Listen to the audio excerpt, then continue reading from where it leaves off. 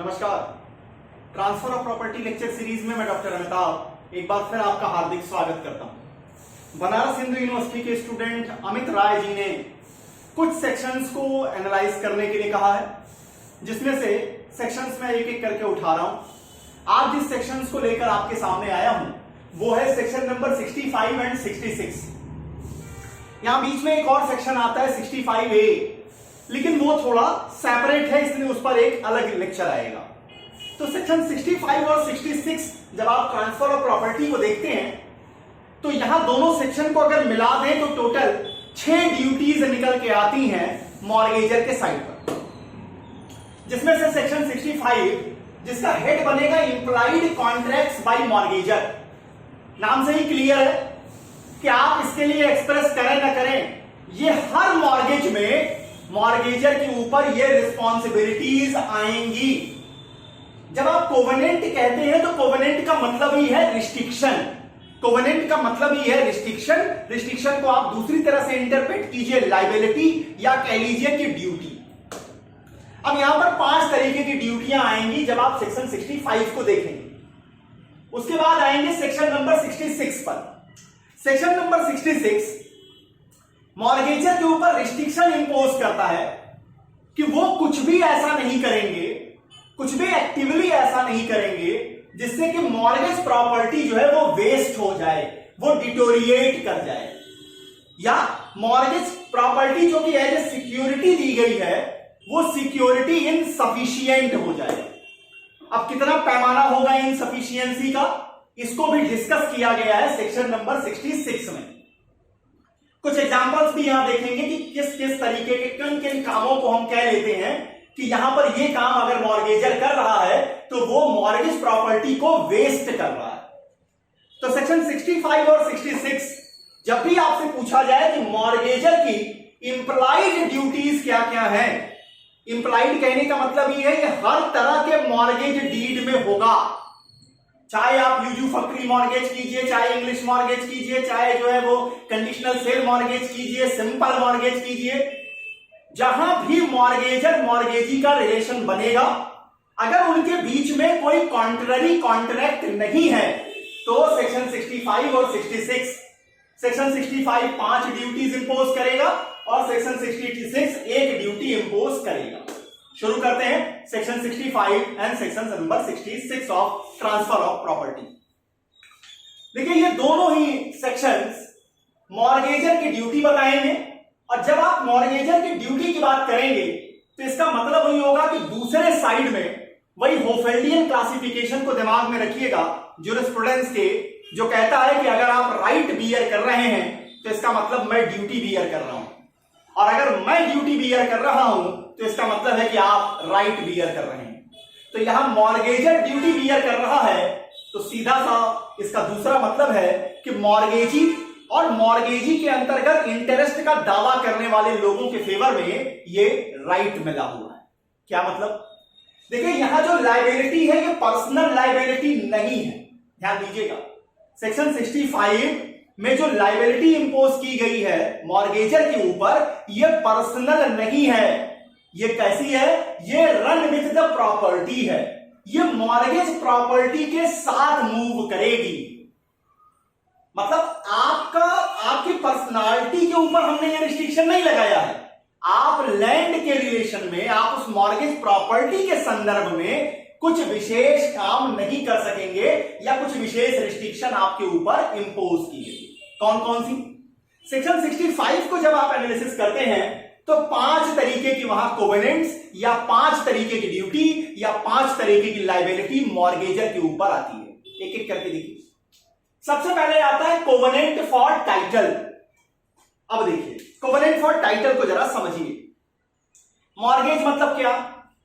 Mortgage मतलब एक व्यक्ति है जिसके पास प्रॉपर्टी की ओनरशिप है, वो उस प्रॉपर्टी को एज ए सिक्योरिटी किसी और व्यक्ति के यहां दे रहा है और उसके बदले में वो लोन उठा रहा है, लोन ले रहा है।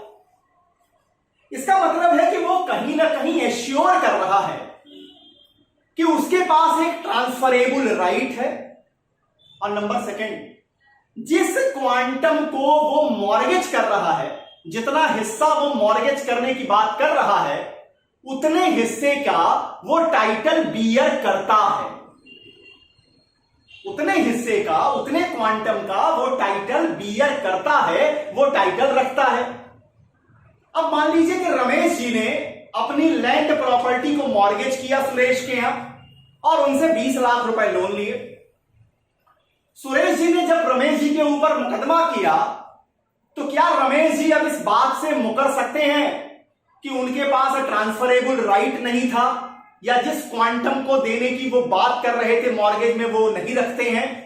तो सेक्शन 65 का पहला कोवेलेंट कहता है कि स्टॉपल का नियम लगेगा मॉर्गेजर के ऊपर, ना तो मॉर्गेजर, ना उनके सक्सेसर, ना उनके अंतर्गत कोई भी इंटरेस्ट का दावा करने वाला व्यक्ति यह कह सकेगा कि वो टाइटल नहीं रखते या उस क्वांटम तक टाइटल नहीं रखते जिसको देने का वो मॉर्गेज में बात कर चुके हैं। तो पहली रिस्ट्रिक्शन आ गई कि टाइटल किसके, टाइटल का मतलब क्या, स्वामित्व किसका होगा, मॉर्गेजर का होगा। और अगर यहां मॉर्गेजर के साइड में फेल्योर हुआ, अगर यहां मॉर्गेजर के साइड में गलती हुई तो फिर क्या होगा, मॉर्गेजी को कंपनसेशन का राइट मिलेगा। Mortgagee have a right of compensation, क्या होगा, उन्हें कंपनसेशन करने का राइट मिलेगा। अब यहां पर जरा एक ज्वाइंट हिंदू फैमिली का एग्जांपल लीजिए क्वांटम को समझने के लिए, आपको क्लियर हो। ज्वाइंट हिंदू फैमिली का मतलब क्या, हम आप जानते हैं कि वहां कोपाशनरी होंगे। अब मान लीजिए कि एक ऐसी प्रॉपर्टी है जिसमें 4 कोपाशनरी हैं, ए, बी, सी और डी। ए ने क्या किया, ए ने अपना 25% शेयर, क्योंकि 4 कोपाशनरी है, बराबर डिस्ट्रीब्यूट होगा, 25-25% चारों को मिलेगा।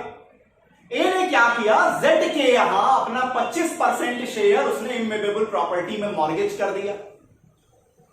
अब यहां ये जो कोवेनेंट है फॉर टाइटल, ये ए को एथराइज करता है कि वो 25% तक का हिस्सा रखता है, 25% तक वो मॉर्गेज कर सकता है। अब आप कहेंगे बी, सी, डी का क्या होगा, कुछ भी नहीं, उनके इंटरेस्ट कहीं से भी अनप्रोटेक्टेड नहीं है। वो कोर्ट जाएंगे, पार्टीशन को क्लेम करेंगे, जो हिस्सा ए के पक्ष में गिरेगा उस हिस्से के ऊपर जेड जो है वो एज ए सिक्योरिटी उस हिस्से के ऊपर अपनी चीजों को क्लेम करेगा। तो यहां ये समझ के चलिएगा कि अगर कोई अनडिवाइडेड मतलब ज्वाइंट हिंदू फैमिली है या कोपाशनरीज हैं, तो जितना हिस्सा उन्हें मिलना है उतने हिस्से तक का वो मॉर्गेज कर सकते हैं जितने तक की उनकी टाइटल बन रही है। तो पहला कोवेनेंट तो आपका कहता है फॉर टाइटल। दूसरा कोवेनेंट पहले कोवेनेंट से मिलता है, यह कहता है covenant for defence of title. इसका मतलब मान लीजिए कि आप मॉर्गेजर हैं, आपने पोजीशन नहीं दिया है, आपने एक तरीके से कहिए कि टाइटल डीड सरेंडर मॉर्गेज किया है, केवल डीड आपने बैंक में रख दी है और टाइटल आप ही के, मतलब सारा प्रॉपर्टी का पोजीशन आप ही का है। अब आपके टाइटल को कोई दूसरा आदमी चैलेंज कर रहा है, प्रॉपर्टी आप ही के पास है और आपके टाइटल को XYZ कोई थर्ड आदमी है जो चैलेंज कर रहा है, तो आप क्या करेंगे, हाथ पे हाथ रख के बैठे रहेंगे? नहीं साहब, आप अपने टाइटल को डिफेंड करेंगे, निश्चित है आप अपने टाइटल को डिफेंड करेंगे। तो ऐसी सर्कमस्टांसेस में जहां प्रॉपर्टी का पोजीशन मॉर्गेजी को दे दिया जाएगा, वहां पर भी टाइटल को डिफेंड करने की लायबिलिटी मॉर्गेजर की होगी। क्यों? क्योंकि चैलेंज किसका टाइटल हो रहा है, चैलेंज हो रहा है मॉर्गेजर का टाइटल, इसलिए डिफेंड करने की लायबिलिटी किसकी होगी, मॉर्गेजर की होगी।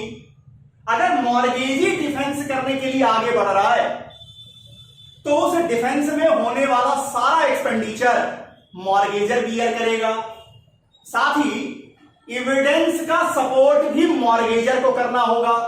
वो मॉर्गेजी को एविडेंस का सपोर्ट देंगे जिससे प्रूव हो कि उनकी टाइटल है।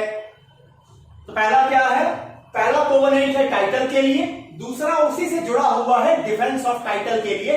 मतलब if anyone attack, if anyone challenge the interest of the mortgagor in the property, then the mortgagor is bound to defend his title, and for the purpose of defense of his title he is bound to pay all the expenses incurred by the mortgagee, as well as he is also bound to provide support in the form of evidences to prove or to claim or to ascertain the title of the property. Number third जो covenant है, third covenant है covenant for payment of public charges. अब देखिए public charges मतलब क्या, land की revenue है, सरकार का कोई टैक्स है, म्युनिसिपल कॉर्पोरेशन का कोई टैक्स है, मतलब प्रॉपर्टी के ओनर कौन है, प्रॉपर्टी मॉर्गेज की गई है, एज ए सिक्योरिटी मॉर्गेजी को दी गई है, लेकिन ओनर कौन है, ओनर है मॉर्गेजर। तो जिस तरह आप मॉर्गेज के पहले रेवेन्यू को देने के लिए बाउंड थे, उसी तरह से आप अभी भी बाउंड होंगे। मॉर्गेज जितने दिन चलेगा उतने दिन पब्लिक चार्जेस को, पब्लिक ड्यूटीज को, पब्लिक टैक्सेस को देने की जिम्मेवारी किसकी होगी, मॉर्गेजर की होगी। ये इंप्लाइड ड्यूटी है आपकी। हाँ, अगर आपने इसके कॉन्ट्ररी कॉन्ट्रैक्ट कर लिया है तब बात अलग है। अगर कॉन्ट्ररी कॉन्ट्रैक्ट नहीं है, then the mortgagor will bound to pay the payments of public charges. अब आ जाइए नंबर 4 पे। नंबर 4 कहता है covenant for payment of rent. संपत्ति का रेंट चुकाने की जिम्मेवारी भी किसकी होगी, मॉर्गेजर की। अब आप कहेंगे जब वो ओनर है तो रेंट किसको चुकाएगा, सही है।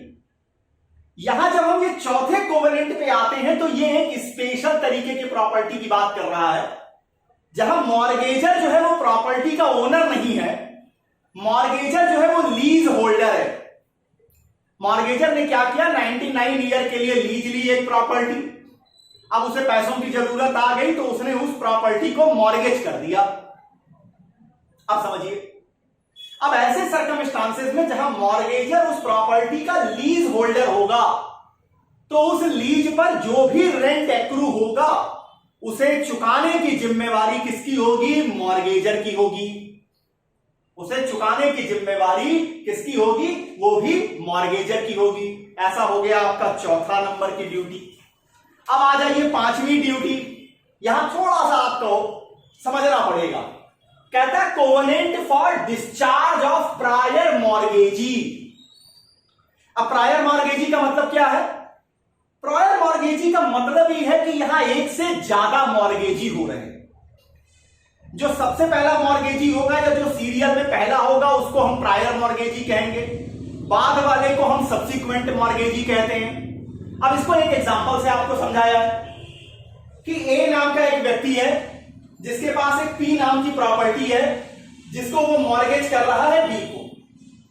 फिर क्या करता है, ए ने प्रॉपर्टी पी को मॉर्गेज किया बी को, फिर ए क्या करता है, उसी प्रॉपर्टी को सी को मॉर्गेज कर देता है। अब आप कहेंगे ये कैसे संभव है, आराम से संभव है। एक जगह टाइटल डीड सरेंडर हो गया, एक जगह सिंपल मॉर्गेज हो गया। अगर कोई रिस्ट्रिक्शन नहीं है तो आराम से संभव है कि प्रॉपर्टी एक से ज्यादा बार मॉर्गेज होती है। तो यहां जो पहला मॉर्गेजी होगा, जो भी सीरियल में पहले होगा, उसको हम प्रायर मॉर्गेजी कहेंगे। तो यहां मॉर्गेजर एक ड्यूटी बियर कर रहा है कि जब ये प्रायर मॉर्गेजी का ड्यू होगा तो mortgagor will pay the dues of all prior mortgagee. ये किसके प्रति लायबिलिटी है, उसकी सब्सिक्वेंट मॉर्गेजी के इंटरेस्ट को भी उसी को प्रोटेक्ट करना होगा। अगर उन्होंने प्रायर मॉर्गेजी से लोन लिया है, वो ड्यू हुआ है, तो उसे चुकाने की इंप्लाइड लायबिलिटी भी सेक्शन 65 मॉर्गेजर के ऊपर लगाता है। यहां पर एक बहुत लीडिंग केस आती है, इस लीडिंग केस को आपको याद करना पड़ेगा। केस का नाम है गौरी शंकर वर्सेस भैरव। सब देवी देवताओं का मुकदमा है, नाम है देवी देवताओं का, कर्म ऐसे है कि पूछिए मत। गौरी शंकर वर्सेस भैरव। यहां हुआ क्या, एक प्रॉपर्टी को कई बार मॉर्गेज किया गया था। मॉर्गेजर ने सब्सिक्वेंट मॉर्गेजी के हाथ में थोड़ा पैसा छोड़ दिया और कहा कि आप एक काम कीजिए, प्रायर मॉर्गेजी से रिडम्पशन कर लीजिए, मतलब प्रायर मॉर्गेजी का लोन चुका दीजिए और आप उसकी पोजीशन ले लीजिए। जब सब्सिक्वेंट मॉर्गेजी प्रायर मॉर्गेजी का लोन चुकाने पहुंचा तो उसे पता चला कि वाह भाई साहब, ये हमारे हाथ में 2 लाख रुपए छोड़ के गए हैं और प्रायर मॉर्गेजी का 10 लाख रुपए बनता है, तो अब 8 लाख रुपए का क्या करें। वो पहुंचा कोर्ट, बचाओ भाई बाप। कोर्ट ने यहां कहा, यह अवध की कोर्ट का जजमेंट है, जहां अवध की कोर्ट ने यह भैरव के केस में कहा कि mortgagor is liable to pay the excess amount. जितना भी एक्सेस अमाउंट चाहिए, 10 लाख देना था, 2 लाख आपने दिया है, बचे हुए 8 लाख को देने की जिम्मेवारी किसकी होगी? कहता है मॉर्गेजर की। तो ये 5 कोवेनेंट्स या 5 लायबिलिटीज या 5 ड्यूटीज इंपोज की गई हैं सेक्शन 65 में मॉर्गेजर के ऊपर। फिर से ध्यान दिला दें, ये पर्सनल लायबिलिटी नहीं है, पर्सनल ड्यूटी नहीं है, ये ड्यूटीज, लायबिलिटीज, ये कोवेनेंट प्रॉपर्टी के साथ मूव करेंगे। अब आइए सेक्शन नंबर 66 पर। सेक्शन 66 का हेड नोट है waste by mortgagor in position. मतलब ये कि मॉर्गेजर कुछ भी ऐसा नहीं करेंगे जो प्रॉपर्टी को वेस्ट कर दे या डिटोरिएट कर दे। अब जरा सेक्शन 66 को देखिए क्या कहता है। Section 66 imposes A liability on mortgagor not to do anything which is destructive or injurious to the mortgage property, जो कि मॉर्गेज प्रॉपर्टी का डिस्ट्रक्शन करने वाली हो या इंजरी कॉज करने वाले हो, ऐसा कोई काम नहीं करेंगे। In other words, mortgagor is bound not to waste the mortgage property. इसका मतलब कि मॉर्गेज प्रॉपर्टी को आप वेस्ट नहीं करेंगे। अब आपके दिमाग में आएगा कि कुछ एग्जांपल दीजिए जिससे पता चले कि मॉर्गेज प्रॉपर्टी को इन समय पे वेस्ट माना जाएगा। अब समझिए कि मान लीजिए कोई मॉर्गेज प्रॉपर्टी है, मॉर्गेज हाउस है, मॉर्गेजर क्या करता है? मॉर्गेज हाउस ही गिरा देता है, या उसके जो कॉस्टली जो सारे उसके मतलब एसेट्स हैं उसको निकाल के बेचना शुरू कर देता है। मॉर्गेज एक लैंड है जिस पर टिम्बर है, जिस पर बहुत सारे पेड़ लगे हुए हैं, वो पेड़ कटवा के बेचना शुरू कर देता है, पेड़ों को कटवा देता है। पता चलता है कि उस लैंड पे माइनिंग का काम शुरू करा देता है, बेमतलब कि उस लैंड पर खुदाई का काम शुरू हो जाता है। तो ये कुछ एग्जांपल्स हैं जहां ये माना जाएगा कि मॉर्गेजर जो काम कर रहा है वो मॉर्गेज प्रॉपर्टी को वेस्ट कर रहा है। अब समझिए यहां पर भी कि ये जो डिस्ट्रक्शन है, ये जो डिटोरिएशन है, ये तभी सेक्शन 66 में बैन होगा जब सब्सटेंटिव नेचर का होगा और जब ये इस कैपेसिटी का हो, इस लेवल का हो कि उस सिक्योरिटी को इनसफिशिएंट बना दे। अब सिक्योरिटी इनसफिशिएंट का मतलब देखिए, मॉर्गेजी का पूरा इंटरेस्ट क्या है? मॉर्गेज में मॉर्गेजी का होल सोल इंटरेस्ट है क्या? उसका इंटरेस्ट है, उसका लोन उसको विद इंटरेस्ट वापस मिलना चाहिए। इसी को उसने सिक्योरिटी कर रखी है मॉर्गेज के जरिए। अगर जो प्रॉपर्टी एज सिक्योरिटी आई है यही डिटोरिएट कर जाएगी तो उस बेचारे की तो सिक्योरिटी ही खत्म।